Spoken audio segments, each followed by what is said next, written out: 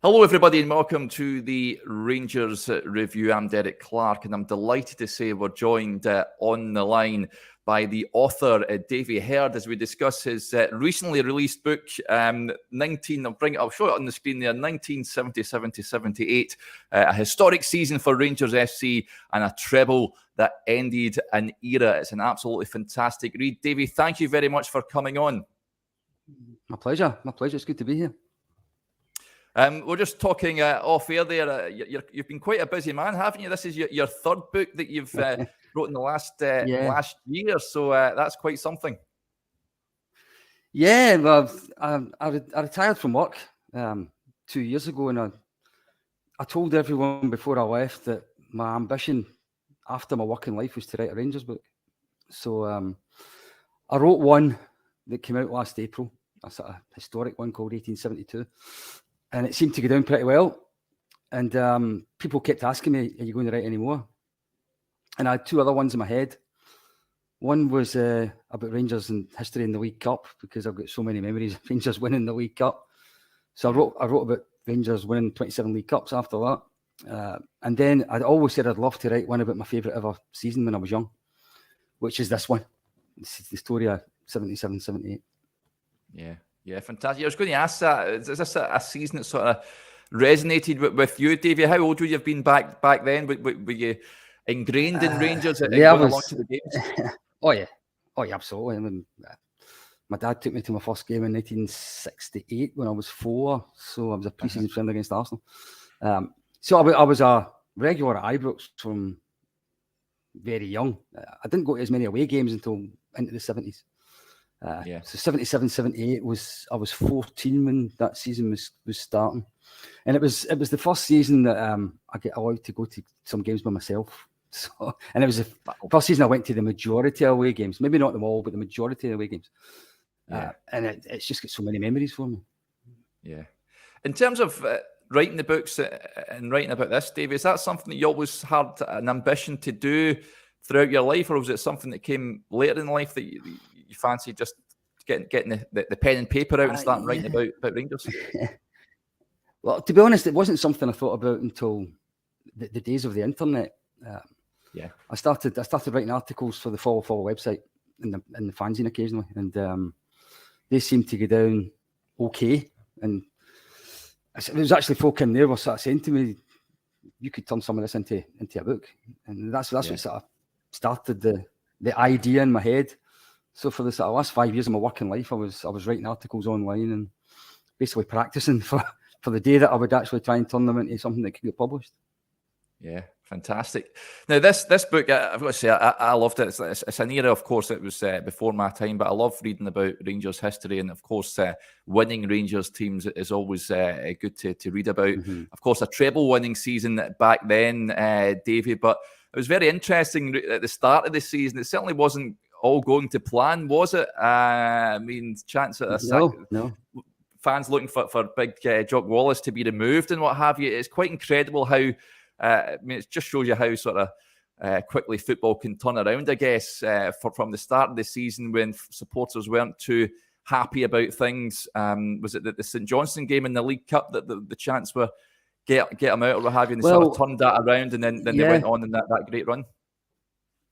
Yeah, well, I suppose the story of that season probably starts towards the end of the season before. The season before, we 2 seasons before we won the treble, and we were a team we thought were going to dominate for a while. Then 76-77 was a really poor season. Celtic won the double, they beat us in the cup final with a penalty that was never a penalty, and Aberdeen beat us 5-1 in the League Cup semi-final. And Jock Wallace made a few changes in the team in the summer. He bought Davy Cooper from Clydebank. This was Cooper's first season at Rangers. He talked to us in the League Cup the season before about these games that all went to replays before we finally knocked Clydebank out. Everybody was saying what a star this young winger was. Who is he? So we signed him in the summer. We brought in Bobby Russell for junior football. His arrival was completely unheralded. Nobody had heard of him at the start of the season. And he became a mainstay in that scene. And we bought Gordon Smith from Kilmarnock. So there's these 3 young players came in to freshened the team up, if you like, but we still had this great spine of a team. You know, you could right through it. Sandy Jardine, John Gregg, Tom Forsyth, Colin Jackson, Alan McDonald, Tommy McLean, Derek Johnson, Derek Powell, and all these serial winners were all there as well. As you say, so the season started with 2 defeats. We lost up at Aberdeen, whose new manager was Billy McNeil, so that didn't get down too well. And then we lost at home to Hibs. We lost at home to Hibs in the first home league game, and that was the day the what a load of rubbish chant started, and the Wallace must go. And as you say, there was a wee cup tie against St Johnstone not long after we went 1-0 down, and things went pretty hairy for 10 minutes or so before we equalised. Yeah, so it started off pretty badly. Big Jock was under a little bit of pressure. He was getting asked about his future at press conferences and things like that. But as you say, they didn't half turn it around. And over the next few months, in my humble opinion, the team played as good a football as probably I can still say that I've seen Rangers play. I thought they were terrific. Yeah. See, when you mentioned Bobby Russell there, Davey, he plays a real starring role this season when you're reading the book. I mean, he was quite an instrumental figure. Of course, he dropped out near the end just he was out injured for a little bit. But it's quite incredible to think a guy coming from the juniors to Rangers and played such a key role, isn't it? I mean, like you say, it's unheard of, really. Yeah. I think he went to Sunderland first as a teenager, and I think he didn't settle in the area. I don't think he got homesick, so Sunderland freed him. He came back to Glasgow again, and he played for Shettleston Juniors, and that's where Rangers saw him playing for Shettleston Juniors. They gave him a trial, signed him up, but I don't think they thought of him the same way as they were thinking of the signings of Cooper and Smith, guys that were going to come in straight into the first team. I think he was seen as one for the future, but they gave him his chance in the pre-season games, and he was the best player in the park in a couple, and he just stayed. He just stayed in the team, and he was absolutely outstanding that season. Outstanding. In fact, I think there's many guys my age who remember that season. At the end of it, of the 3 new signings, he was regarded as probably the one that had made the biggest impression, even more than David Cooper did. Although Cooper obviously went on to have this. Yeah. Wow. See, living it back then, David. I mean, you sense it in the book that it was a real tense sort of title race with Aberdeen. There was at one point Rangers looked to be running away with it, and then they sort of stumbled a little bit, and it went down to the final day. Was it quite a tense season from your recollection? Yeah, the period before Christmas, the sort of three-month period before Christmas, we were scoring 3s and 4s and 5s almost every week. We were hammering teams, and we went to Pittodrie. I think it was Christmas Eve, and we get hammered 4-0. It was the shock of everybody's life when that happened. And that set Aberdeen off in this great run. I actually don't think Aberdeen lost another game right until the very end of the season when we played in the Scottish Cup final. I think they went on this long. I don't know if you remember the season. The season Soonest left towards the end, and Walter Smith took over right at the end. We were miles in front of Aberdeen that season, and we get caught right at the end, and it went to the last day. Similar that season in that we were well in front. We actually got caught again. But in this one was slightly different in that we still had a game in hand. So although they caught us, we still had this little tiny buffer, which we won up at Tannadice, and closed it out with 2 home games at the end. Won it against Motherwell.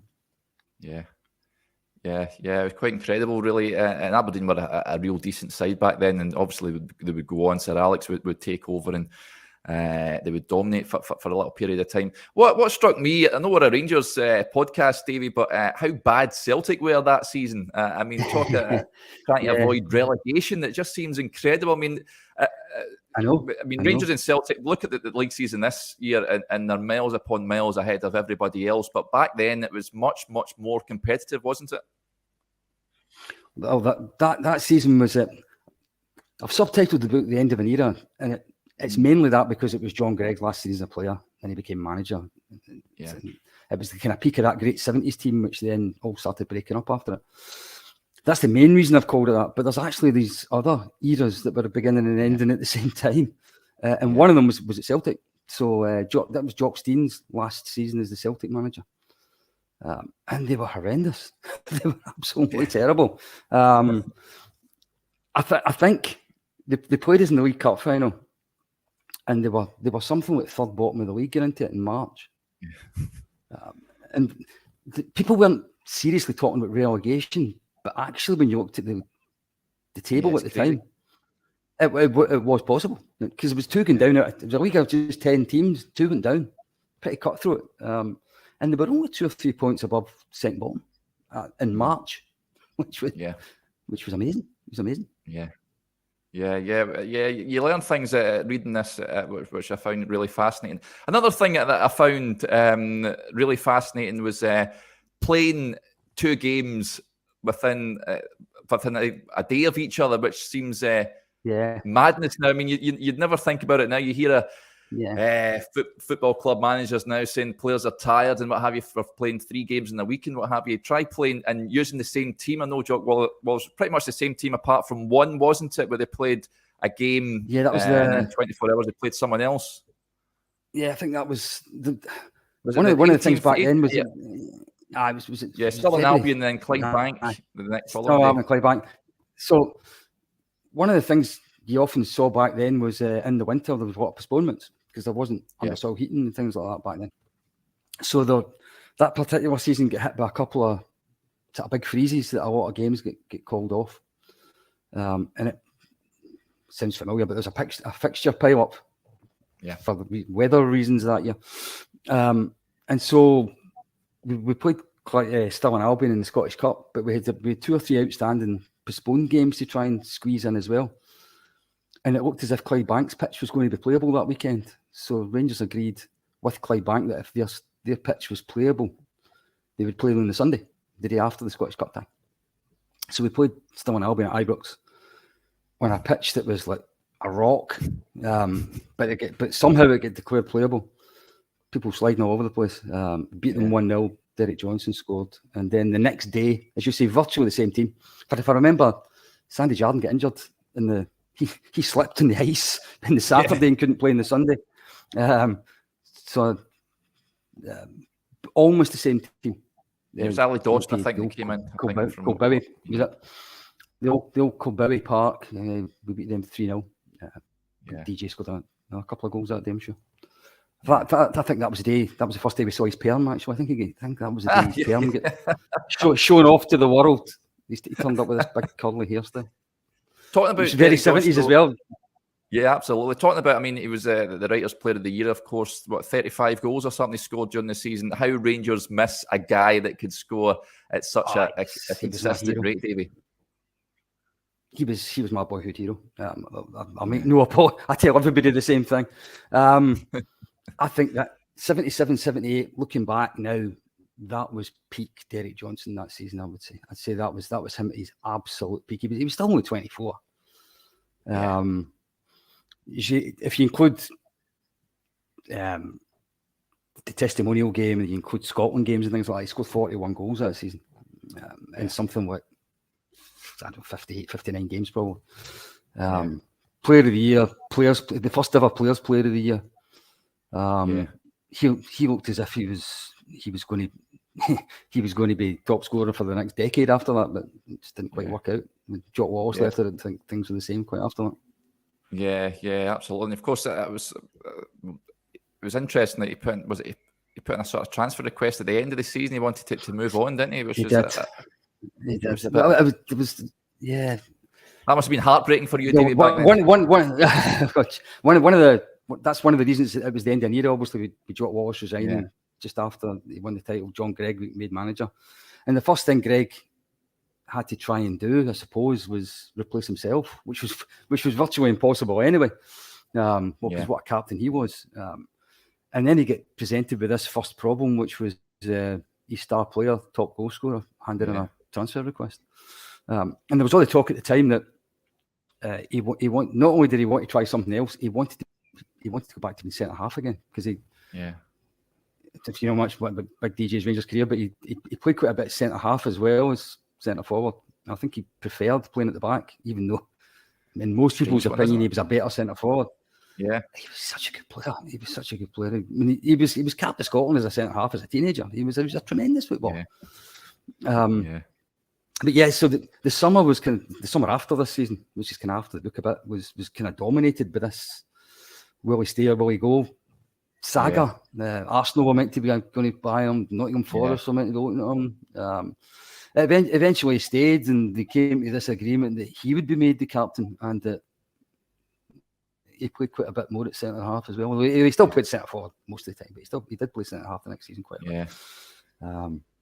It was interesting. I still think that summer kind of ruined the following season a little bit. I think because we started really badly and we ended up losing the season, losing the league by just a couple of points. I think we 2 trebles in a row really should have happened.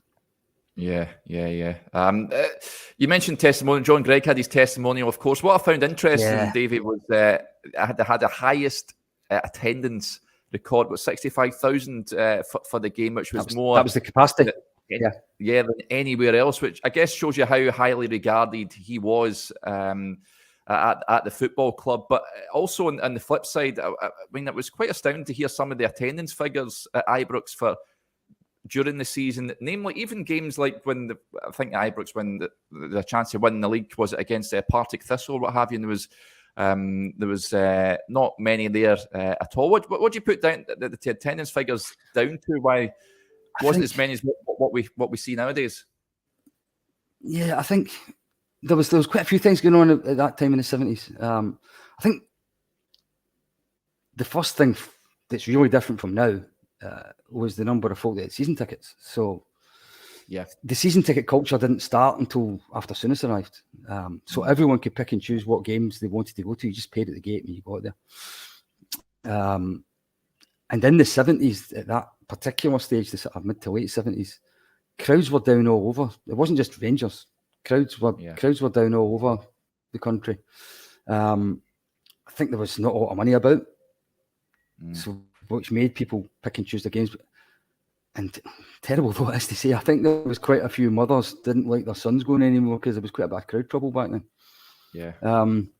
So that and the fact that in the old Ibrox, which it was then, it was still the standing up. There's 2 big terraces at each end. I don't know how accurate the crowd figures actually were. Because children got lifted over the turnstiles and stuff like that. So I don't think everyone actually clicked a turnstile as they went in. I don't know how accurate. It wasn't all computerized and stuff then, so I don't know how they actually guessed what the figure was.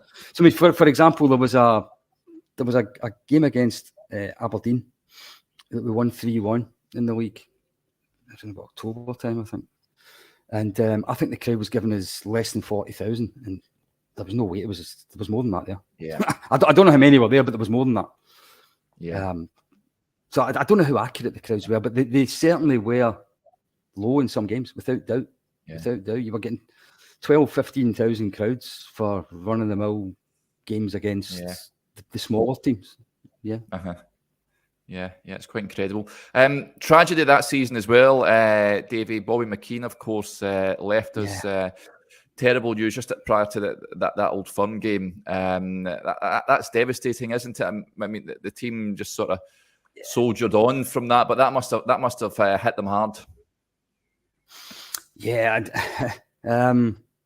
Bob McKean, first and foremost, was a smashing wee player. He was a terrific little winger, very skillful, really important player in the previous treble season in 75-76. He was more of a third choice out of Big Jock used to always play with 2 wingers, and Bobby McKean was kind of the third choice out the wingers that he had because Cooper had arrived. So Cooper and Tom McLean were usually the 2 wingers in the team. But he did play a fair number of games that season. I mean, I remember he played in the game they beat Celtic 3-2 and near the start of the season, then they were 2-0 down at half time. He played in that game.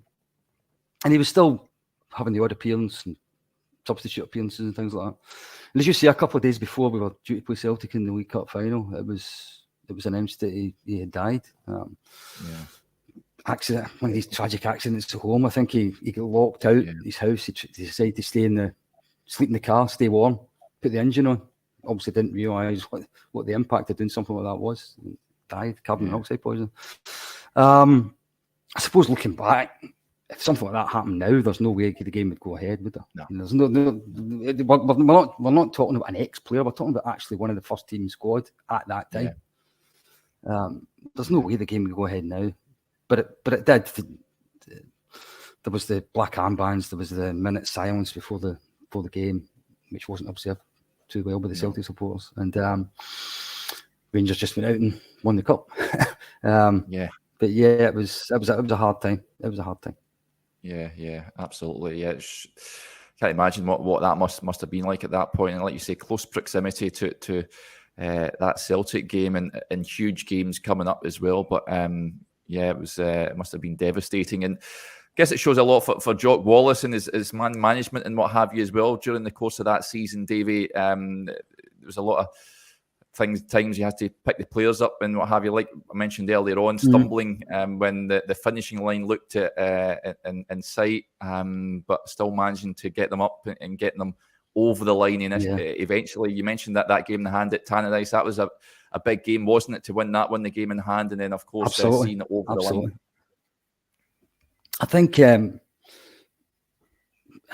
most people in my generation absolutely love Jock Wallace, but I think he's a little bit unappreciated as a football manager, because everyone thinks of him as this sergeant major having people running up and down sand dunes, and without doubt he put a great deal of importance on fitness and on character and belief. He absolutely did that, but he was a very attacking manager that picked entertaining attacking football teams. If I talk about this particular season, when he signed Gordon Smith near the start of the season, everyone was absolutely dumbstruck as to why is he signing Gordon Smith? Because Smith was playing as a left winger at the time with Kilmarnock, and we had just bought Davy Cooper, who was a left winger, and nobody could understand why is he buying two left wingers.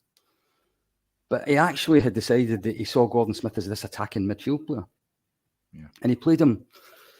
And for what I can best describe as the formation you always see football teams playing now, 4-2-3-1. He played Derek Johnson as the centre forward, Smith just off him, winger either side of him, two midfield players, a back four. So it was almost like ahead of its time a little bit. I mean, everyone thinks everyone played 4-4-2 back then. Gordon Smith wasn't a striker that season. He was more a kind of attacking midfield player who would come up and support Derek Johnson when he could.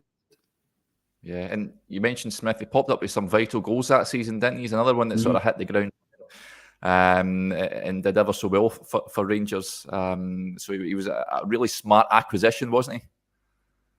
Absolutely. Well, Gordon Smith actually he wrote the foreword for my second book, the League Cup book. Yeah, right enough. I was going to ask that. Yeah, I've been fortunate enough to meet Gordon, and he's really, really proud of the fact that Jock Wallace once done an interview, and he said Gordon had been his best ever signing at Rangers. Yeah.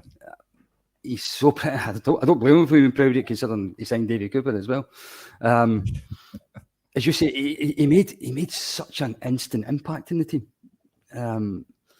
I think I can't remember exactly, but after about 10 or 12 games, he had scored something like 10 or 12 goals. He was almost on a goal a game for his first dozen appearances.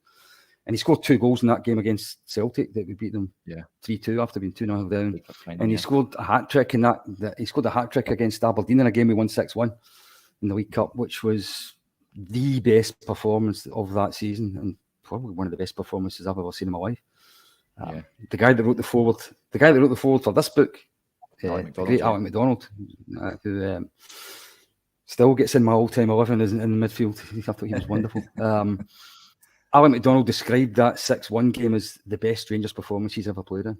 And when you think of some of the games he played in, that's a hell of a compliment. Yeah, absolutely. So you just touched on Big Jock there, Davey. At the end of the season, I said, of course, Derek Johnson putting a transfer request. I don't think anyone have seen it coming, him leaving the job. That's, of course, like you say, end of an era. What did you make of that? Was it a bolt out of the blue when you heard that news? Absolutely. This is all before the days of 24-hour news and internet and all that kind of stuff, obviously. I think I remember hearing it in a news bulletin in Radio Clyde. You know, I can't remember the time of the day it was. It was one of these, the news was on every hour. I must have had the radio on, and Jock Wallace is resigning as Rangers manager. I couldn't believe it. Absolutely nobody could believe it. just won the treble 2 seasons before it as well. Absolutely loved the club. That was pretty obvious. He just seemed as if he was going to be there for a long time yet. Yeah. And Greg getting the manager's job the day after, I suppose looking back, it came as a wee bit of a surprise, Greg getting the job. But looking back, it was a bit unfair on him, I think. That had been his first ever managerial job. So little did we know when we were celebrating the treble at Hampden when we beat Aberdeen in the cup final that was John Gregg's last game, and Jock Wallace was going to leave as well. Unreal. Yeah, I can imagine. Of course, a number of names were linked at that point. In hindsight, looking back, would you? I know John Gregg never really had the best of times as manager. Would you have preferred someone else coming in, perhaps? Well, I think it's probably, if you look at what happened that summer, Jock Stein also left Celtic. So Rangers and Celtic were both looking for a manager briefly, and it ended up being the two old captains, John Gregg and Billy McNeill, that became the two managers. And Billy McNeill leaving Aberdeen meant that Alec Ferguson went from St Mirren to Aberdeen, and that was 77-78 was Ferguson's first season in the Premier League as a manager at St Mirren. Looking back, would we have thought Alec Ferguson at the time? Would it have been too early? Probably not. He probably could have done that job then. The one that was mentioned at the time as a possible, it was only for a few hours because John Gregg was appointed almost instantly. Everybody was talking about would Ali McLeod do it after the World Cup. But that'd be interesting. John Gregg had another season as a player, and that's one of the unique things about this season was actually John Gregg and Davy Cooper in the same team. It only happened for that one season, obviously.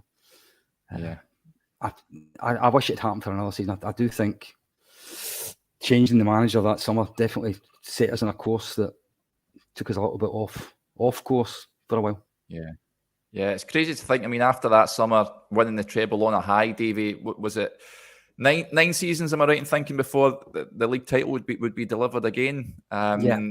Yes, you wouldn't have ever envisaged that would be the case from watching such an exciting Rangers side that year. No.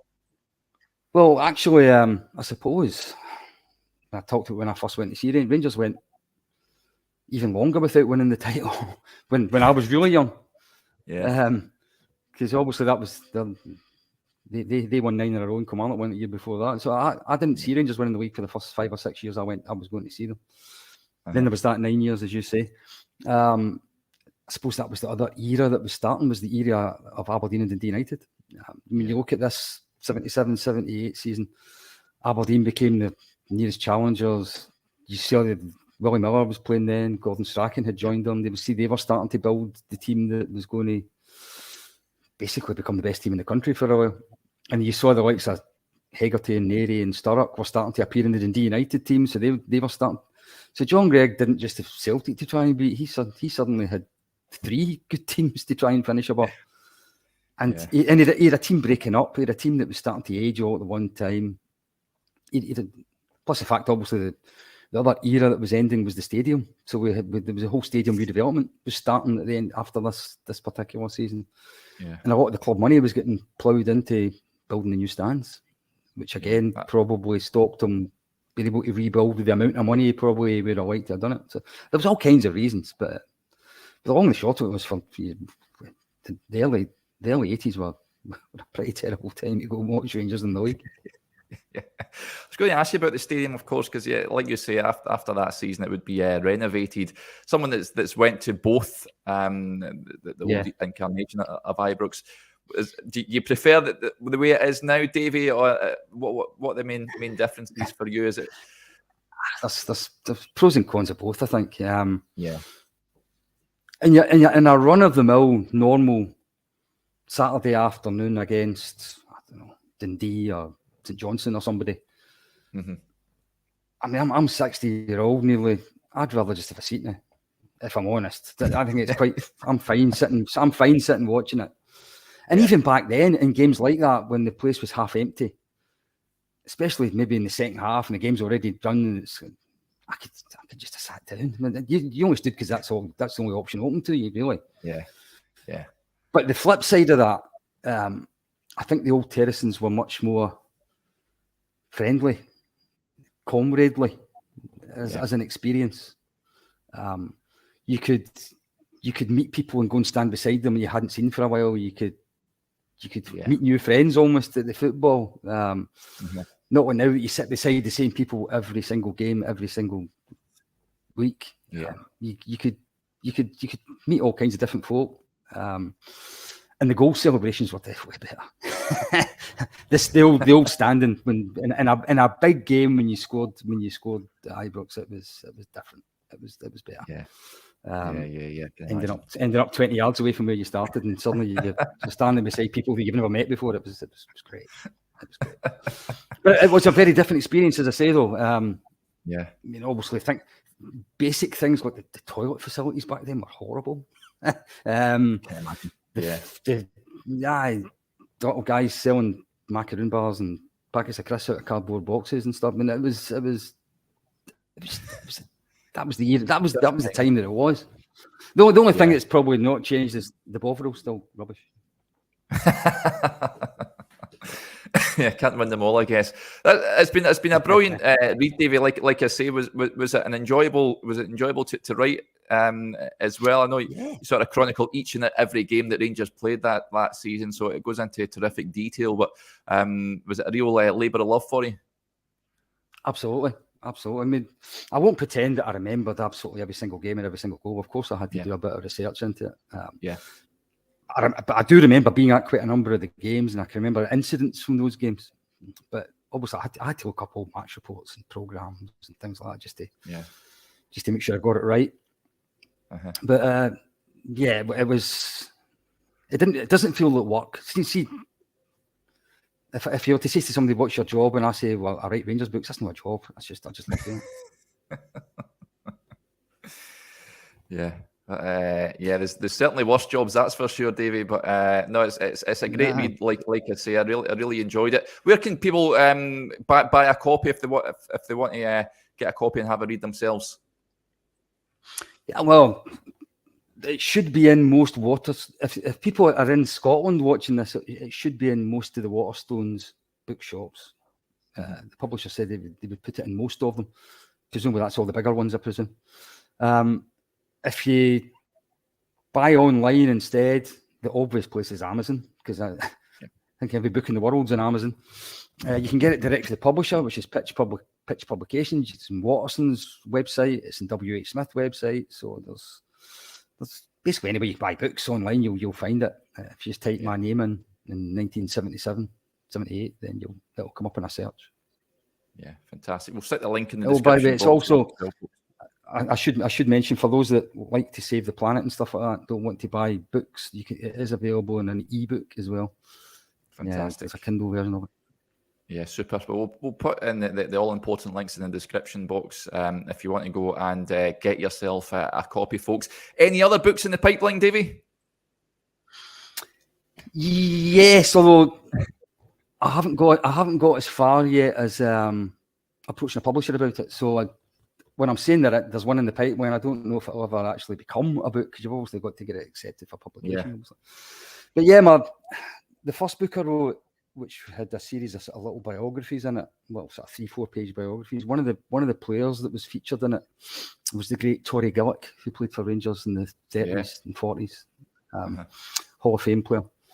And it's a long story, but I've got to know Torry Gillick's surviving family. Wow.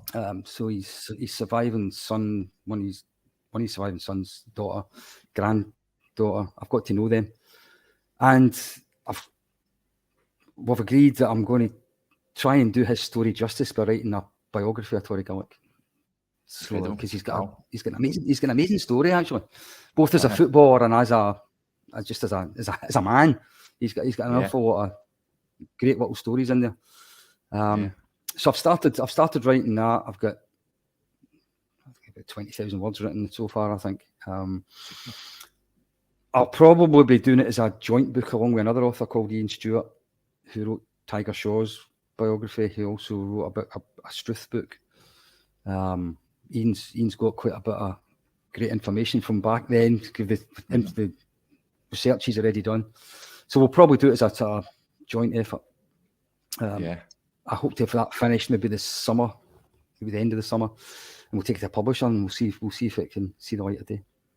Fantastic. Yeah, well, we look forward to reading that. Hopefully that hits the shelves at some point in the future. Before you go, Davey, we'll get your views on the Rangers of the here and now. What have you made of them this year? Ultimately, a disappointing year, hasn't it? But under Michael Beale, summer of upheaval approaches pretty much like back in the summer of 1978, perhaps. But what do you see happening? Are you optimistic for the future?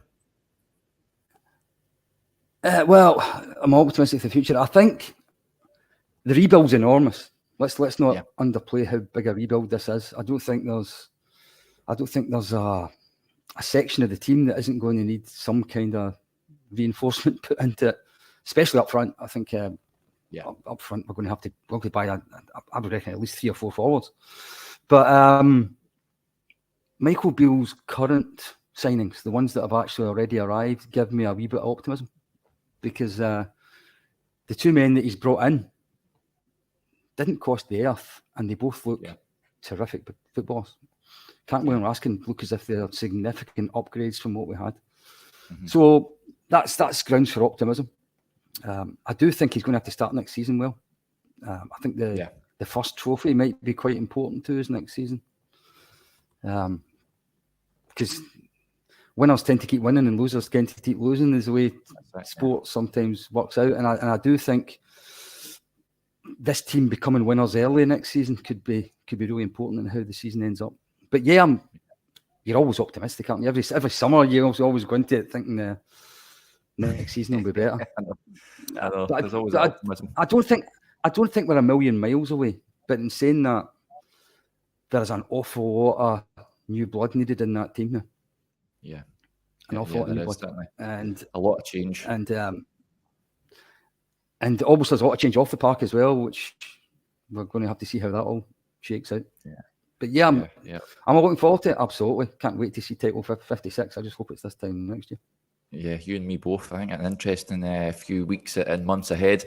But David, it's been brilliant having you on and discussing your book. It's been great. As I mentioned, it's a super read. So thank you very much for that. And I wish you all the best in your future endeavours and all the sales of the book. Hopefully it goes well for you.